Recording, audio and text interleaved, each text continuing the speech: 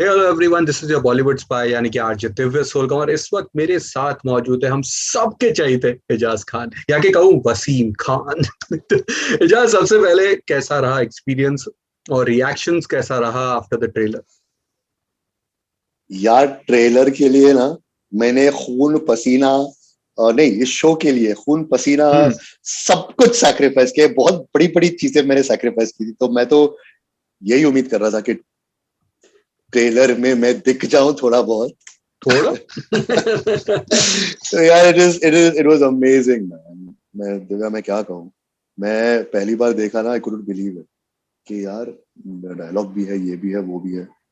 It's nice. There are a few aspects of Wasim Khan which got highlighted in the trailer itself, which piqued my interest. कुछ कुछ scenes मैंने 1 साल पहले shoot किए थे, मुझे याद नहीं है एग्जैक्टली कैसे कैसे हुए थे, है ना। तो मुझे याद आ गया, and that tears in my eyes. मैं बहुत रुका रहा इसके लिए। मैं बीच में और कोई काम नहीं लिया, क्योंकि मैं इस पर इतना भरोसा करता हूँ और इतनी मेहनत कर चुका हूँ। मुझे पता है मेरी मेहनत जाया नहीं जाए। आई वाज वेटिंग कि आफ्टर बिग बॉस, आफ्टर मैं इसके लिए बाहर निकला था, ये करने के लिए। तो लोगों को ये दिखे, मेरी मेहनत दिखे और मेरी इंटेग्रिटी दिखे, और सब वही कह रहे हैं, सब वही अप्रिशिएट भी कर रहे हैं। तो मैं बहुत बहुत ग्रेटफुल हूँ, और I can't wait for everyone to see this show on 30th of July। जैसे कि आपने कहा ट्रेलर में आप एक दो सीन में तो नहीं, but you were there throughout, और बहुत ही आपका कैरेक्टर एनहांस होकर दिखाया गया, काफी शेड्स दिखाए गए। तो जी। उसके बारे में कुछ बताइए, क्योंकि बहुत अनप्रिडिक्टेबल टाइप का कैरेक्टर, ये समझ में नहीं आ रहा है कि ये क्या करने वाला है। सीरीज में बहुत इंट्रिगिंग फैक्टर आ जाता देखिए, सीजन 1 में तो बहुत जाहिर सी बात थी कि ये एनकाउंटर वसीम था। है जी। वक्त बदला, वक्त के साथ ये नहीं बदल सका, और ही वॉज रेलिगेटेड टू, चलो कहीं पीछे फोर्स में, कि ये अभी एक अनवांटेड प्रॉब्लम हो गया। तो वो वसीम खान को तब समझ में आ रहा था, और वो कोशिश कर रहा था कि चलो ऐसा और कुछ हो गया, ताकि मैं सामने आके फिर से लोगों को दिखा सकूं कि एनकाउंटर वसीम क्या है। लेकिन वो भी करते करते अड़चने इतनी आई, पॉलिटिक्स उसको समझ में नहीं आता था।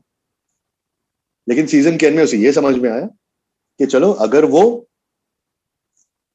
सोल्जर है, हम्म। वो सोल्जर की जो कठपुतली की डोर है, वो तो किसी और के हाथ में। तो वो कठपुतली कब तक बना रहे। तो उसने डिसाइड किया पूर्णिमा गायकवाड को सपोर्ट करने का, ताकि वो पॉलिटिक्स में एंटर कर सके। तो इस सीजन में आप देखें कि वसीम खान किस हद तक सक्सेसफुल हुआ है या नहीं हुआ है, किस हद तक वो पॉलिटिक्स को समझ रहा है या नहीं समझ रहा है। ब्यूरोक्रेटिक बैकग्राउंड उसका हो है, जी। एक पुलिस फोर्स का बैकग्राउंड उसका है, और ये है कि भाई अगर वो ये नहीं बोल सकता तो ये उसकी बोलती थी। तो अब उसके पास क्या, अब उसके पास कौन सी बंदूक। ये मेरे लिए बहुत इंटरेस्टिंग था। और जैसे नागेश सर ने इसे लिखा है रोहित पालवनकर के साथ, वो एक एक्टर की मेहनत को और उभार के निकालते हैं अपने सीन से। जी। वो कैरेक्टर प्रोग्रेशन इतना खूबसूरती से होता है। तो in a certain way it was very easy for me. लेकिन डर भी बहुत था कि लोगों को फर्स्ट सीजन से एक्सपेक्टेशन तो यही है, एग्जैक्टली तो और अब वो मैं भी कर लोगों ने सकूंगा नहीं कर सकूंगा। लॉकडाउन में लोगों ने जिन्होंने नहीं देखा था, उन लोगों जी। ने भी देख लिया। और दिव्या, क्या होता है ना, मैं टेलीविजन से आता हूँ, तो मुझे एक ग्लास सीलिंग को तोड़नी पड़ती है कि अरे वो टेलीविजन की एक्टिंग है यार, हाँ वो ये करेगा वो करेगा। मैं अभी भी बोल रहा हूँ ना, मेरा दिल धड़क रहा है ये सोच के। क्योंकि क्योंकि हमें यार टेलीविजन में दिन में 15 सीन करने पड़ते हैं। वो तुम कितना ही एक्सप्लोर करोगे, कितना ही उसको ये करोगे, तुमको ऐसे करने पड़ते हैं। और हम्म। जब आप यहाँ जाते हो, वेब शो में जाते हो, तब मैं I am not deriding any of the directors from television. True. They the challenges they have and they still pull it off. Of course. Television actors, directors, producers, but over here तुम अगर वो realism नहीं लाते हो ना, आपको director के cut में समझ में आता है कि भाई उसे पसंद है। तो आपको वो जोन में आना पड़ता है, आपको उतना रियलिज्म लाना पड़ता है, आपको अपने असली पर्सनालिटी से बहुत कुछ सुपर इम्पोज करना पड़ता है, और आप फेक नहीं कर सकते। हर एक सीन में, हर एक लाइन में, हर एक शॉट में, हर एक सेकंड में आप फेक नहीं कर सकते। जी। नागेश कुकुनूर जैसे डायरेक्टर के साथ तो कर ही नहीं सकते। तो मुझे बहुत डर लगता है। और अभी वही चीज जब मैं फर्स्ट सीजन कंप्लीट कर चुका हूं उनके साथ, सेकंड सीजन में आया हूं, सेकंड सीजन मुझे समझ में नहीं आ रहा कुछ कुछ चीजें, तो वो फेक करने की कोशिश में करने लगा और वो सही नहीं गई, तो मुझे सर से बात भी करनी पड़ी and a lot of senior actors like Sachin sir, ये लोग ने भी बोला कि हाँ वो अपनी ही परफॉर्मेंस एंजाइटी को लेकर तुम ज्यादा ओवरथिंक कर रहे हो, तो give it some time, it will go away. तो अनफॉर्चुनेटली लॉकडाउन हो गया, फिर मैं सर पकड़ के बैठ गया, भाई अभी अभी इंप्रूव कर रहा था, वापस चले के 1 साल रुके, वापस आए, बट वापस आने के बाद I don't know what happened, it just click, everything click.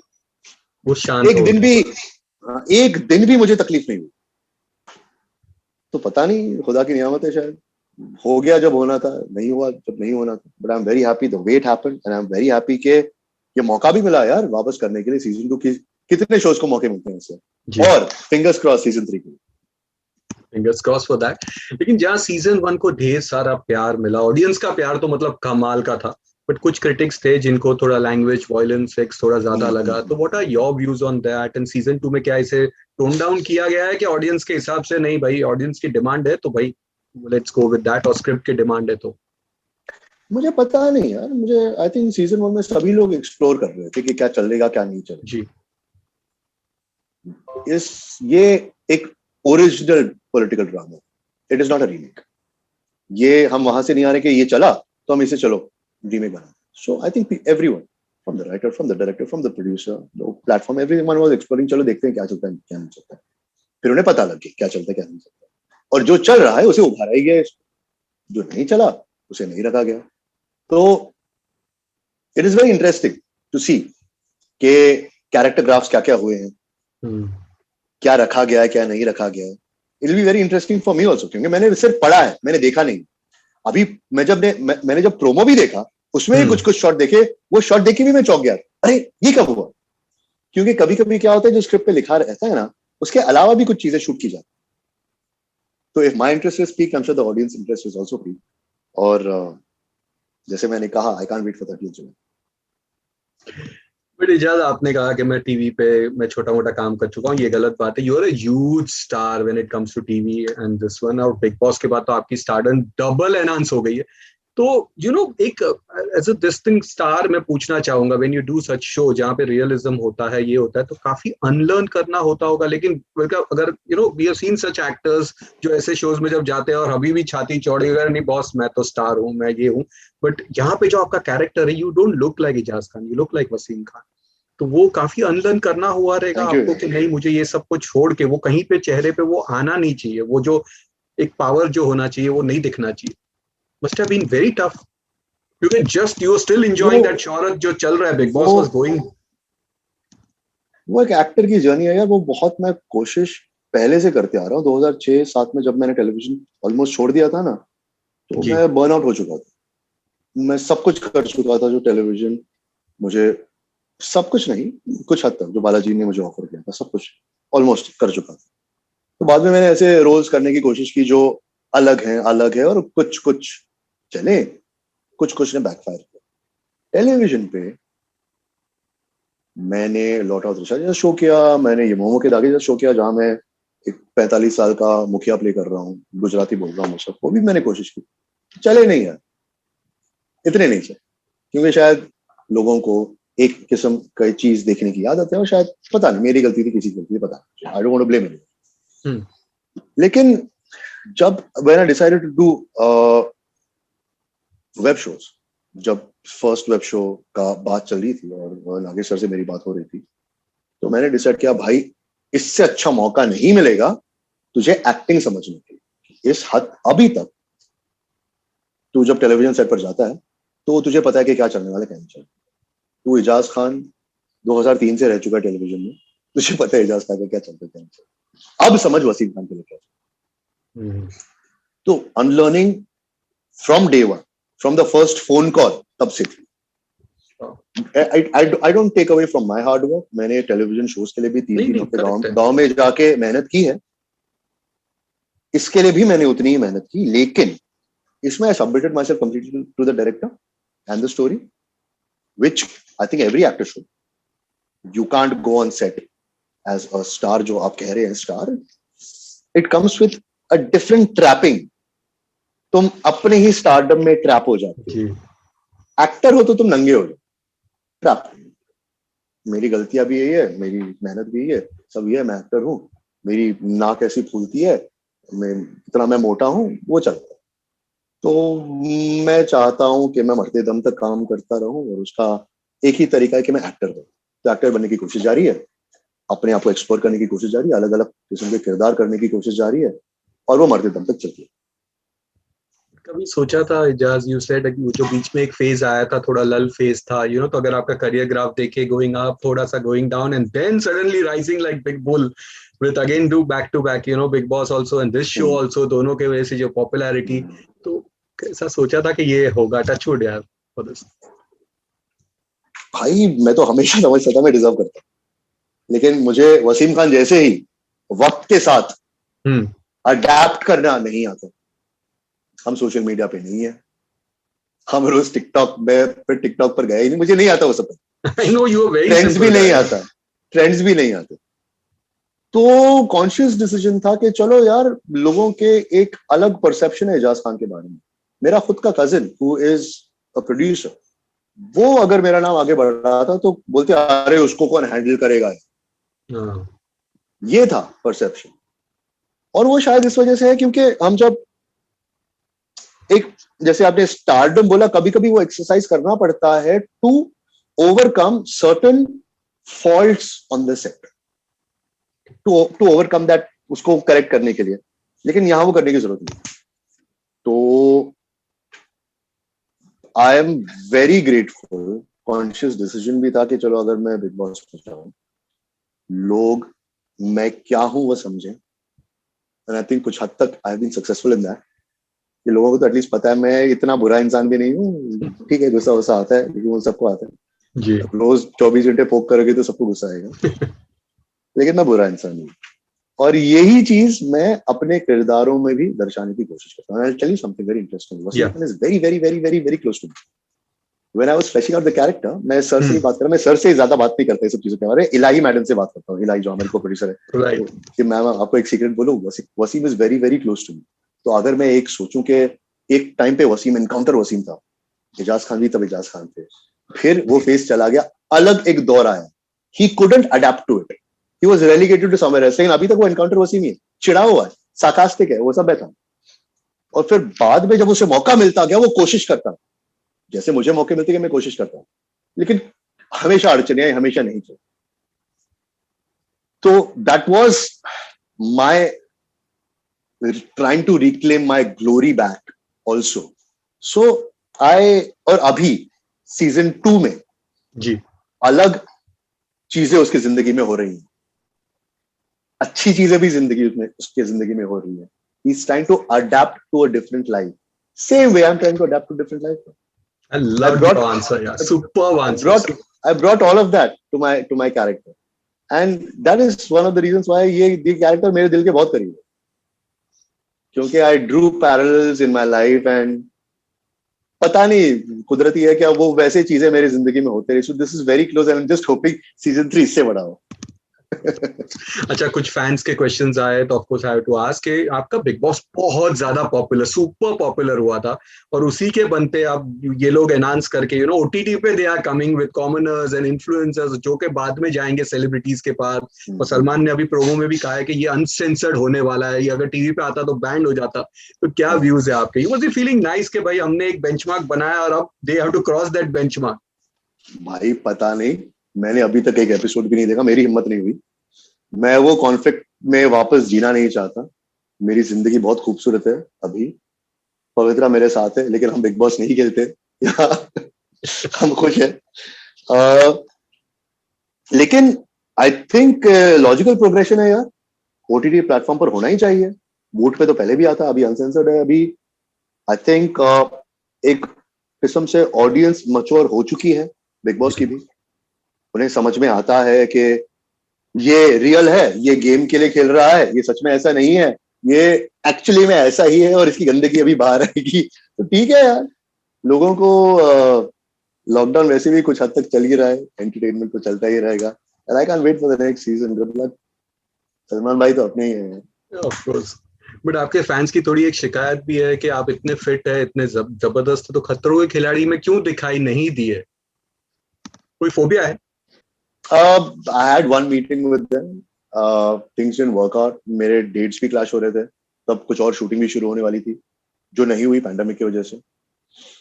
लेकिन अभी नहीं तो बाद में कभी करेंगे, अभी नहीं तो अगले साल करेंगे। कभी फिट ही रहूंगा मैं। अभी तो वसीम खान के लिए रुकते हैं, क्या गुल खिलाएगा 30 तारीख को। So when you worked with Nagesh के साथ, Nagesh has such a huge body of work, you know, तो कोई एक फिल्म जो आपके दिल के बहुत करीब है उनकी? यार I've always been a fan of his work. मैं थोड़े ही फिल्म देखा था उनके उनके साथ काम करने के पहले। जब मुझे पता लगा नागेश सर के साथ काम करने, तब मैं I saw the rest of it. मुझे उनकी सेंसिबिलिटीज बहुत पसंद है, जो which attracted me towards working with him even more because my sensibilities are the same. I think हम सेम ईरा से आते हैं, हम सेम फिल्म्स देख चुके हैं, हम सेम म्यूजिक सुनते हैं, हम इंजीनियर्स हैं। तो मुझे वो बहुत चीजें अच्छी लगी। और जब उनके साथ काम मैं कर रहा था, he's a super perfectionist, observe इतनी बारीकी से करते हैं। एक दो सीन मैंने उनके साथ किए, उन्होंने इतने आराम से बोला कि यार हाँ वेरी गुड चॉइस, लेकिन तुमने थर्ड टेक में जो किया था ना, वो मुड़ने से पहले वो मुझे अच्छा लगा। भाई यार तो सबका करते हैं यार, सब सुनते हैं, सब समझ में आता है, तो it always keeps you on your toes. And automatically यार जब एक अच्छे डायरेक्टर के साथ आप काम करते हो ना, आपको कुछ भी करके रोज डिलीवर करना ही पड़ता है। तो वो मैं कोशिश करता था कि चलो आज सर स्माइल करके सेट से गए तो काम अच्छा है। लेकिन ऐसे बहुत दिन है जहां मुझसे हुआ नहीं और मैंने बोला सर नहीं हो रहा है, सर आप बोलो क्या करें। तो उन्होंने बोला ठीक है इधर देख, ये लाइन बोल, यहाँ मोड़, ये कर वो कर। इतना भी टेक्निकली हम नहीं। तो यू नो सीजन 2 में अगेन जो हम बात कर रहे हैं कि एक लेवल होने वाला है, सीजन 3 आने वाला है, बट इसके बाद क्या इजाज आपकी जो नेक्स्ट प्रोजेक्ट्स, फॉरकमिंग प्रोजेक्ट्स होंगे, उसके लिए आप एक क्राइटेरिया रखने वाले हो? Because you are at now at this level, आपकी जो स्टारडम, एक्टिंग, सब कुछ एक बहुत हाई पीक लेवल पे है। डरा मत यार। No it's in a positive way. क्या आप उस तरह से सिलेक्ट करोगे? विल इट अफेक्ट कि भाई नहीं अब मुझे अच्छे डायरेक्टर्स, अच्छे प्रोजेक्ट्स एंड उस तरह से रहना है? यार नॉर्मल बात है यार। Of course I want to capitalise on my success. I will make sure my retirement fund is much better than what it was last year. And I am in a space of privilege, thankfully. Not because of genetic lottery के मैंने ये genetic lottery जीती, locational lottery जीती, मैं Hindi film industry में आसपास पैदा हुआ हूँ, ये चेहरे के साथ पैदा हुआ हूँ, तो मैं जीता नहीं यार। मैंने मेहनत की, ऊपर भी देखा है मैंने, सही चीजें नीचे भी देखा है, 3 बार गिर के वापस उठाऊं, वापस अपने आप को रिफॉर्मेट किया बिग बॉस में। तो I want to capitalise on it. मैं समझता हूँ कि वही समझदारी है। So I come from a space of privilege where I can choose, or I want to choose more challenging roles. I don't want to go complacent. कि चलो और 4 रोल पुलिस ऑफिसर के कर लेता हूँ, इसको निचोड़ लेता हूँ, फिर आर्मी ऑफिसर के 4 रोल कर लूंगा, फिर रॉ ऑफिसर के 4 रोल कर लूंगा। नहीं, I am getting very interesting offers and inshallah बताना चाहेंगे? They should be. अभी नहीं बता। Okay. नहीं बता। There might be one role where I might be physically challenged. So that is very, very, very interesting. इंशाल्लाह वो हो जाए यार। I hope के ये प्रोमो देखने के बाद प्रोड्यूसर्स को लगे चलो इसको लेना चाहिए। Let's see. होगा Let's see. Of course होगा. Fingers crossed for that and all the best, Ijaz. And thank you for being with us. It's always pleasure talking to you. Divya अगर सीजन 1 नहीं देखा, start watching it now. मैंने देख लिया है पहले। देख लिया, very good. Of course. Very good. So I'm telling the audience if you haven't seen it, start watching it now. Good time to see it. Yes. I think maximum लोगों ने देख लिया है. Maximum लोगों ने देख लिया है. There are few people. So I want everyone to see it because the season 2 is bigger and better. Totally waiting for that. Thank you, Ijaz. Thank you so much. My pleasure, brother. Bye-bye. Take care.